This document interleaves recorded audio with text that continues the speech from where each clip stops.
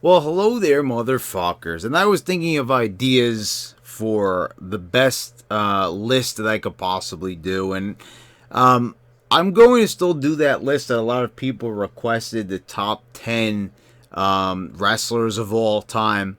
I think I might do WWE superstars of all time. I mean, most of them are going to be WWE anyway.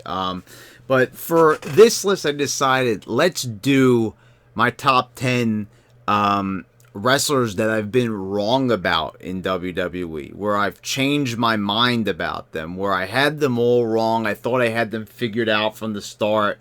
And I think this is going to be a very interesting list because I think you see throughout the years of me being on, this is one of the most interesting things about this channel and any channel that's gone through its paces. Wrestling Jesus, Sean's View Entertainment. You've seen we've all have different opinions. When you're here on YouTube for as long as you have, and you kind of see throughout the years, like, different opinions change. We've reviewed so many shows between, all of us. You see that, like, we've changed as people. We've matured. We've changed perspectives. I don't want to say matured, really, but, as we're human beings, so we're going to have a difference of opinion. We're going to be watching the show. We're going to be losing interest in the show. Some people like me, we skim the show.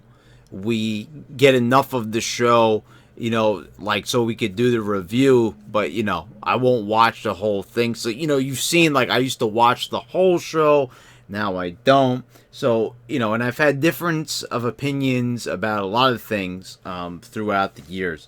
So let's start this off. This is in no particular order. This is very hard to put a sort of list like this in order. And like I've said about lists in the past, our opinions change. You might feel one way one day, and then one way another day. And at least that's the way how it is for me. But I know for a fact that many other people. So let's start off with number 10 and work our way down. At number 10, Ronda Rousey. I don't think there's anybody I could have gotten more wrong than Rousey. Maybe she should be at number 1, but I figured, you know what? Let's just, as long as we got 10 people on the list, it's good enough for me. So I've made a bunch of Ronda Rousey videos. I talked about how I don't think she knows what she's getting herself into. She seemed very emotional the way she, got out of UFC.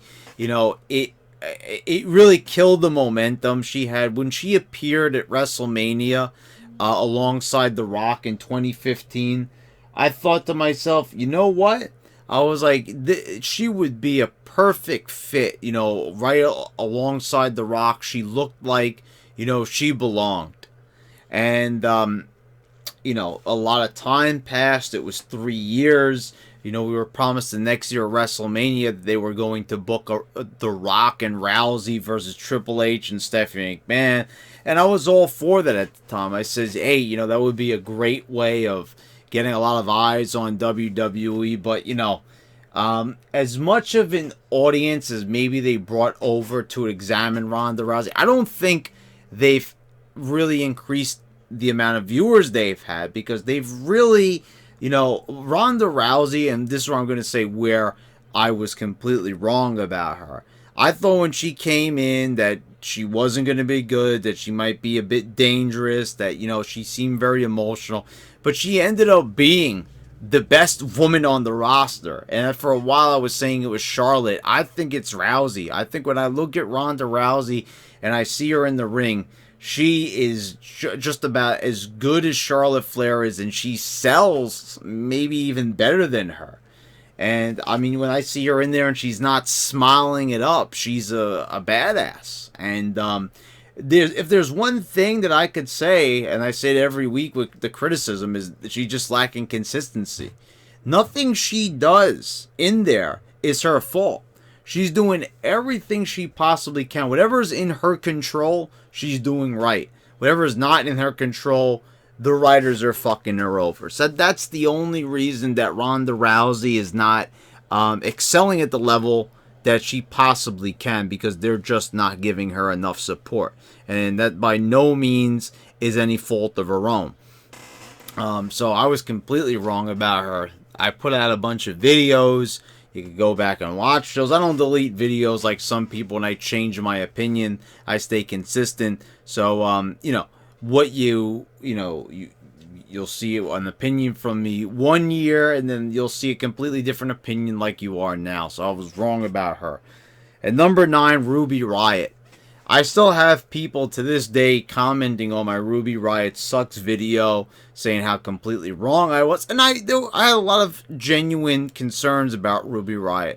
The way how this girl came in, the way how they made her look, her attire, it just wasn't right. I said if they want to make this girl a punk rocker, go for it. But why they had her come in with bright red clothing, whatever it was, I wasn't a big fan of hers. I wasn't getting a lot, but now I see a girl that she deserves a push. She deserves more attention than what she's getting. Her character deserves more dedication by the writing staff and creative. They improved her look, definitely. Giving her the highlights, giving her the black attire was definitely a much needed facelift. As in regards to her appearance. And I think a lot of people misunderstood. Like I said, not everybody has to be a beauty queen. But I was saying they were making her look really bad. Like, just nothing about her was, good to look at. And people just want to say what they want. They were Ruby Riott fans because she was in NXT, and some people feel just because somebody's NXT, they get a free pass, and we're just all supposed to love them, So, but I was wrong about her, and now I actually do like a lot of her work, and I like what she brings to the table. It's just a shame that they relegate her to doing those fake out promos. Spraying, ketchup and mustard on locker rooms. I mean, come on. Like, such childish shit, but that's not her fault. And number 8, Mr. Kennedy. I gotta be honest with you guys. I talk about him a lot. I reference him, and I say how he was, like, one of the best characters of the Ruthless Aggression era. I said so much potential with that guy.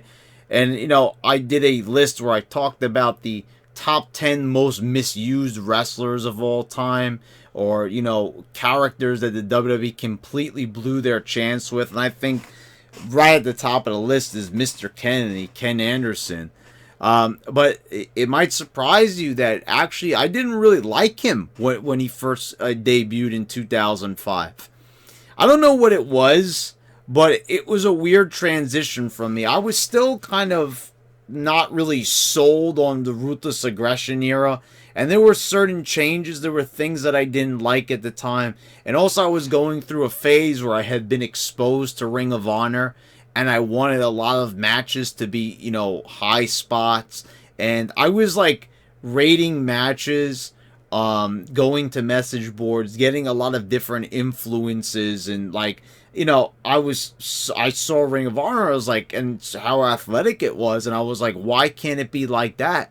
Little did I know that, they weren't selling or anything like that, and there wasn't great stories being told, and they didn't have larger-than-life characters, so I kind of, my sensibilities were a bit messed up. I was an indie, mark, first and foremost. And I kind of, wasn't really thinking too clearly, because I was like, this guy is, burning it down, right? But like in a good way, not in a very, very Seth Rollins-ish kind of way. So, but I kind of look back on it, I was like, if I was the kind of person I am now, I would have been in love with Ken Anderson, Mr. Kennedy. I mean, this was a guy that, for all intents and purposes, he would have looked definitely like he could have been a world champion.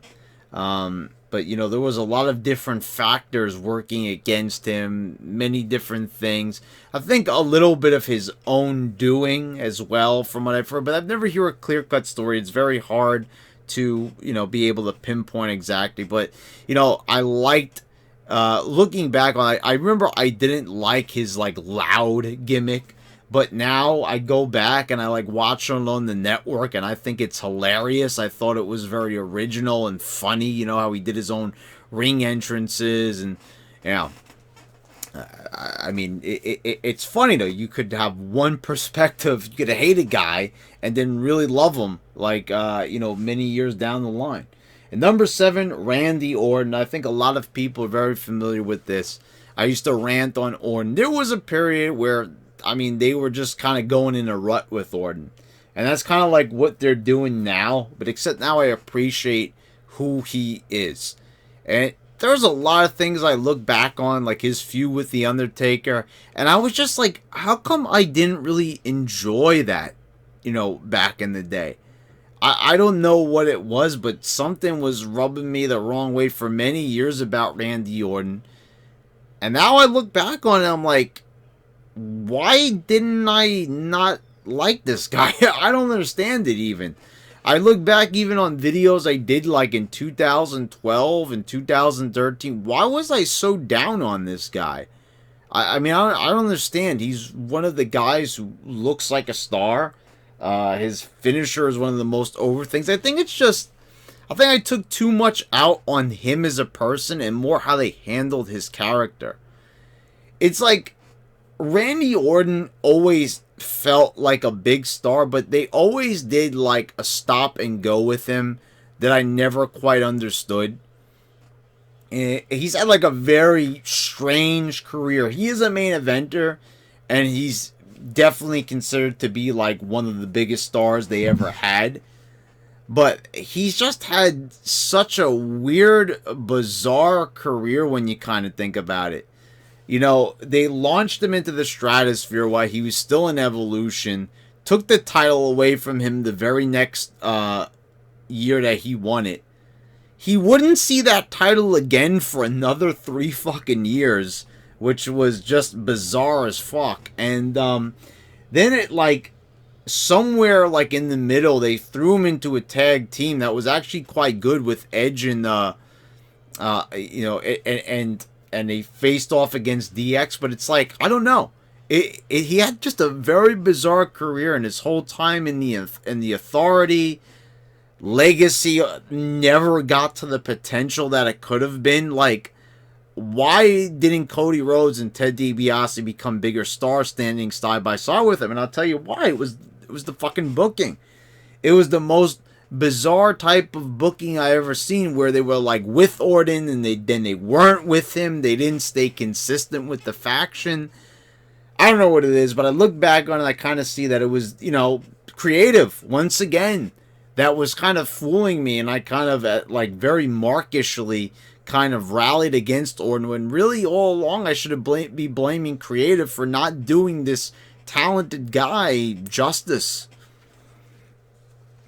And number 6, Ryback. I hated this guy. If you go back and you watch my old videos, and then I see, but like once again, it was creative.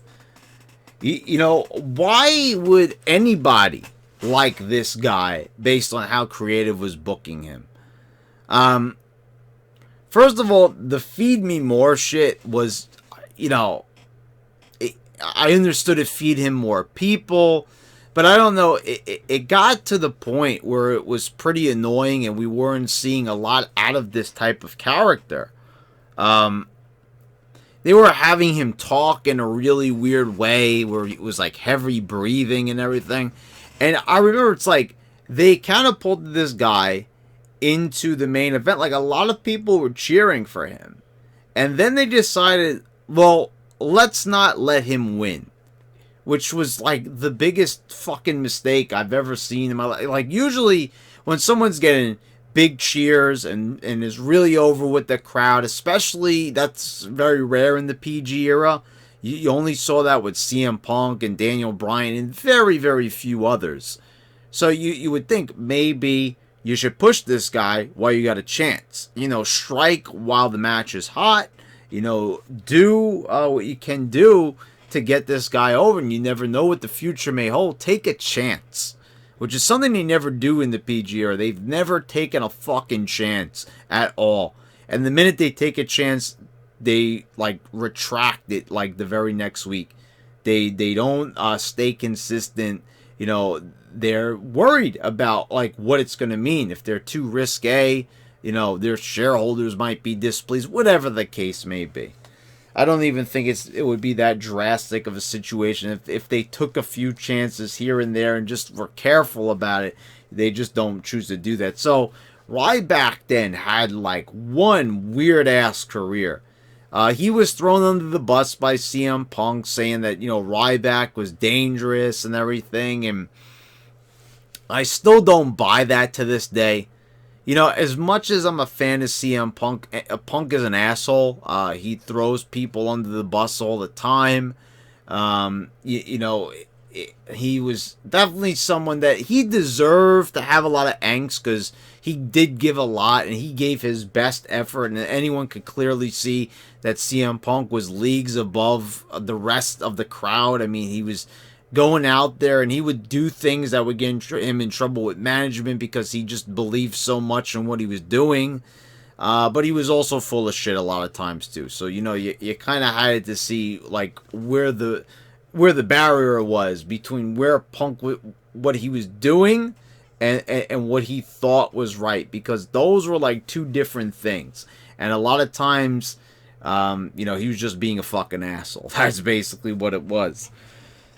So Ryback was, you know, after his little world title shot, you know, they gave him a match against Cena, didn't have him win it, and then they put him in a tag team with Curtis Axel, and before you knew it, the guy was just lost in obscurity. And then the unthinkable happened. They had the guy lose to Kalisto. The guy was getting so fucking desperate to get noticed and show what he was all about that he actually started doing high-flying moves in the fucking ring. Like, he actually started doing, like, these corkscrew plunges, and he was doing them well. He was showing, like, oh, you know, you want these things from these little shits, I'll do it just as well as them, and he was succeeding at that. And he showed that, like, not only could he be the big guy, the guy had the most awesome physique. He had the look. So he showed, like, okay, so maybe maybe just clotheslines and scoop slams are not getting it done. So I'm going to do these high-flying moves. And still, it didn't amount to anything. I mean, and then they have the guy just job out to Kalisto, which was just a fucking joke. And you couldn't blame the guy for just, you know, basically walking out on the company. He had enough.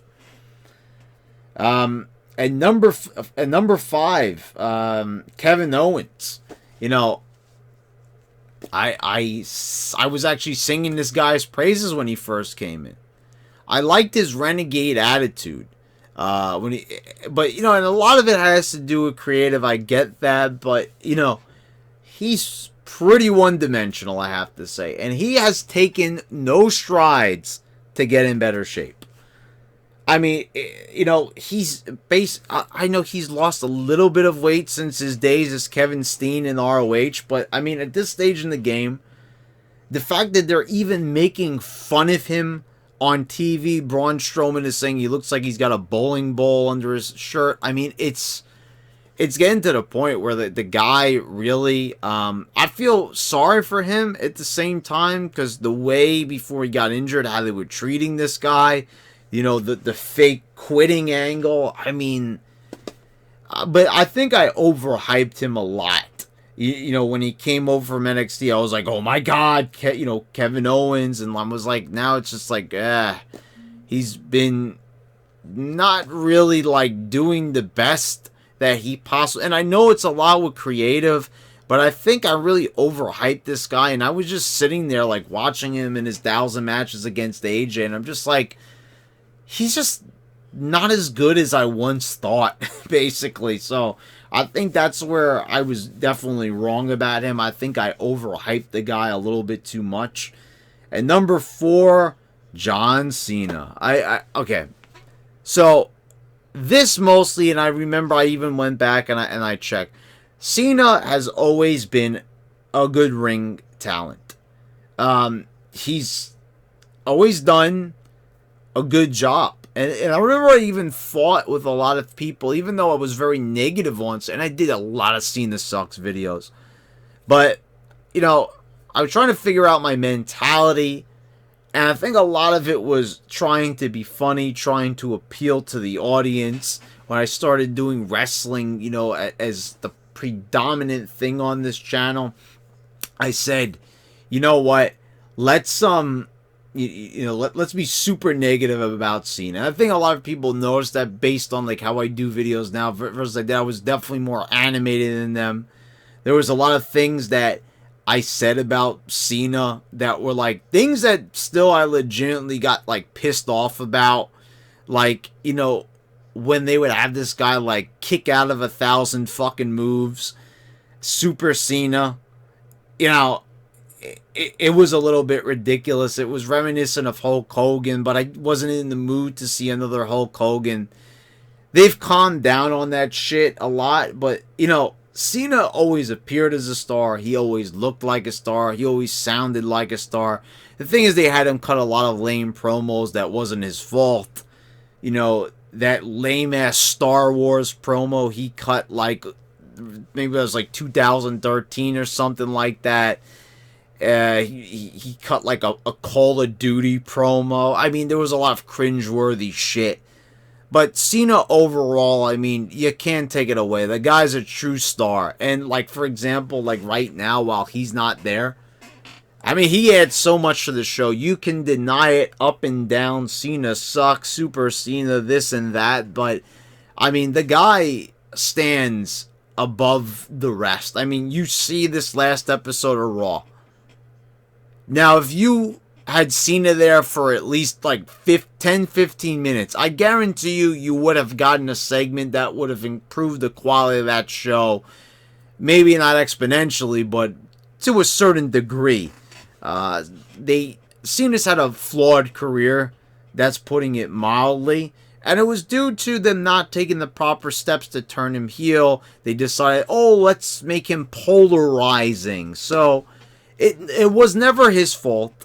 A lot of people like to say, Cena has a lot of creative control. But at the end of the day, it's, it's a different time, which it very much is in WWE, where, they're not really open too much to suggestions. So you don't know the whole story. So, but the thing is, Cena does not suck. He's actually very good. And I think that shows, like, when I saw him at the Australia show, like, just what I said, like, just having him there, just having him be there, he stands above the rest. Now, you compare him to The Rock and Stone Cold and others like that and Hulk Hogan, and he pales in comparison. But as far as, like, you want to talk about all these years, the past decade or so, Cena has really stood out as a major star. No one has even kind of come close of really appearing to be even remotely as big of a star. I mean, this is why he gets booked in all these movies and TV shows. And he is joining The Rock and Stone Cold in the place of, like, not really needing WWE. They ask him for a favor, not the other way around. And number 3, Sasha Banks. Sasha Banks, I praised her Iron Woman match and her matches against Bayley when I was reviewing NXT on this channel. I praised her when she came in. I says, I like her character. I like her demeanor, probably more specifically. And then as like things progressed, I was like, what character? And kind of like, what demeanor? She had like a sassy attitude, but then I realized she doesn't really have a character. All she does is come out in those fucking visor sunglasses and does the thing, and that was about it. Show the knuckle dusters and, call it a day. She was mostly just an entrance. And I'm not saying that this girl doesn't have athletic ability. She does, but, once you watch her for a few months, you kind of realize there's not really a lot of substance there. There's not really a whole lot of character. And they have given her a lot of time to shine on TV, and she just really doesn't make the most of it. Now, you could say that that's the fault of creative for not really giving her more of a character. But, and just like you see recently, just how she is, and just how awful she is to the fans. You know, like, I had no right to really praise this girl because she really is just a horrible fucking person. And to cap it all off, she's a dangerous worker. She ended Paige's career. I don't care what anybody says. Accidents happen. She kicked the girl in the back of the fucking head when she wasn't even looking. That right there is unforgivable. You all want to talk about sending Nia Jax back down to NXT. Well, why Sasha Banks should be even more guilty. At least Nia hit her head on. You know, fucking Sasha's kicking people in the back of the head unbeknownst to them.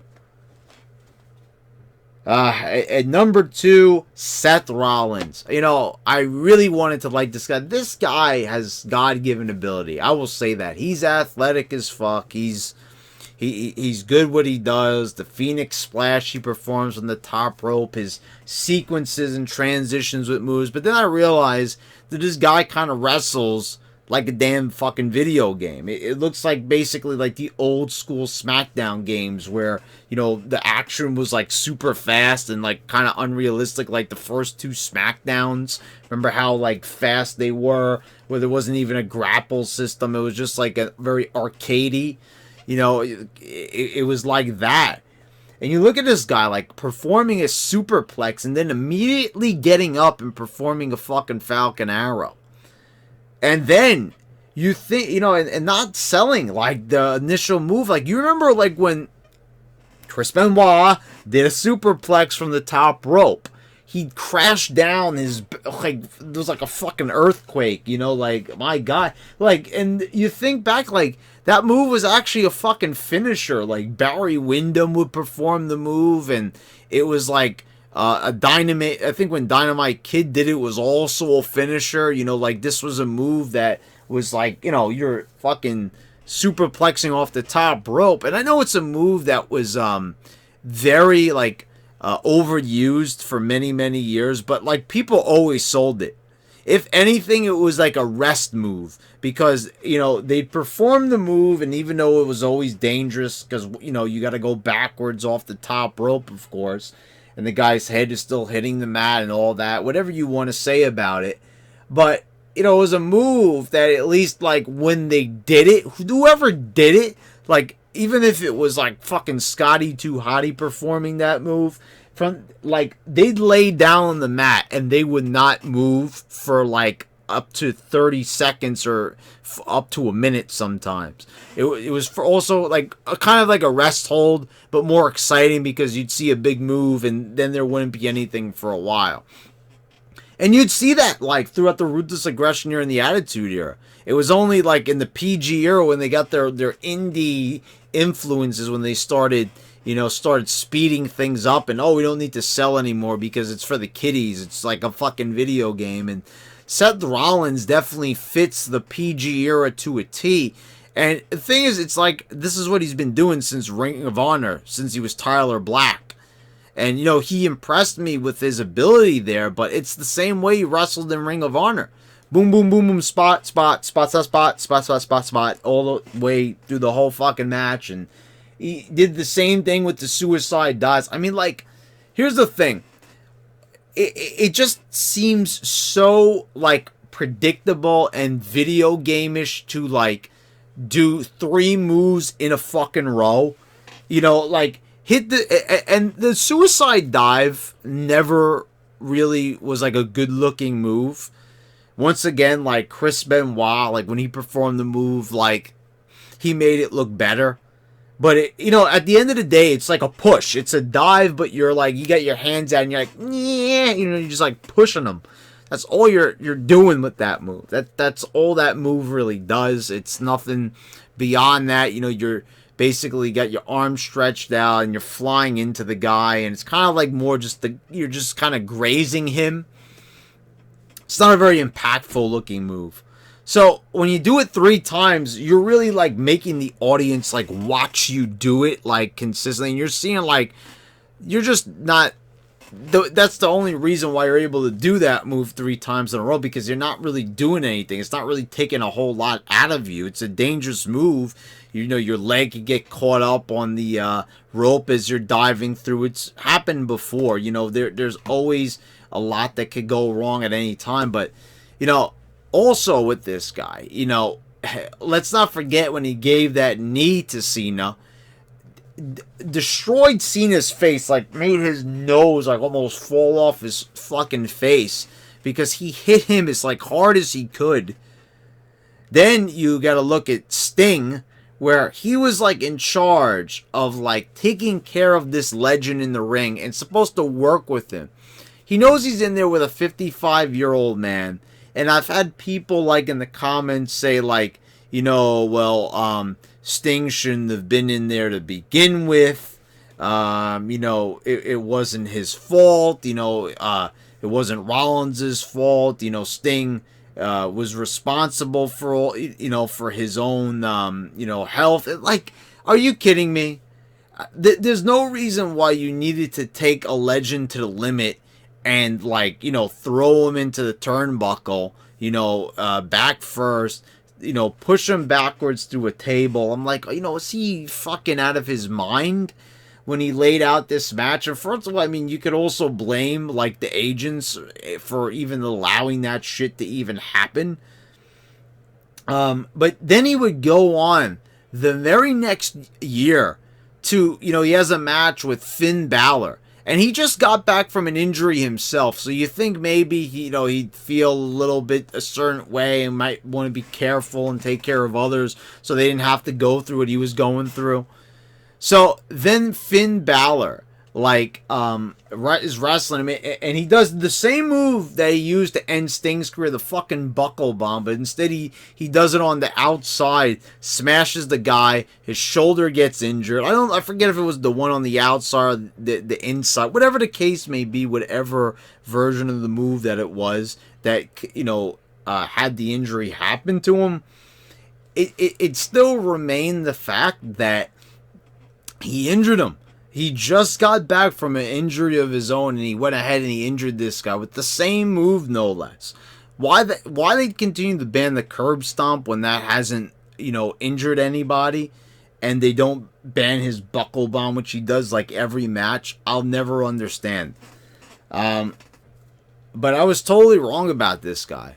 You know, I was saying that, you know, maybe they're misbooking his title run in 2015. I said maybe they, you know, Rollins deserves better than that. I don't know.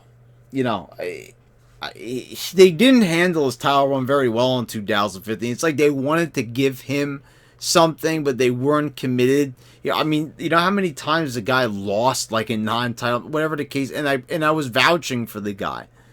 And the thing is, I just realized that he just didn't even deserve it, really. He was an athletic guy. It was, you know, the Smarks were pushing for it. They were threatening to riot at WrestleMania if Roman Reigns beat Brock Lesnar for the title. So they did a last-minute switch, and they had, you know, Rollins cash in and win the title. It was kind of a way of kind of saving face, catering to the Smarks. So, you know, they wouldn't riot or hijack the show. And I realized that Rollins is kind of like a guy who's responsible for all this. And, you know, it's the voice. For a while, I didn't say anything about it. But, you know, the burn it down, guys. You know, it just, I can't. I just can't with him.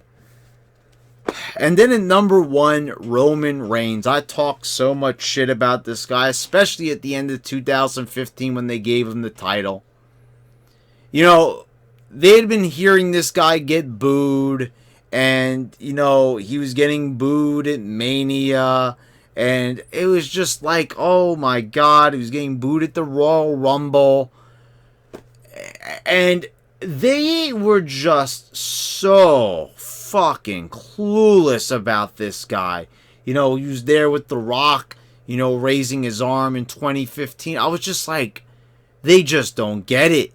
This is, you know, he's coming out, and whether it's just the house that's booing him or it's the home audience that doesn't like him, it doesn't matter.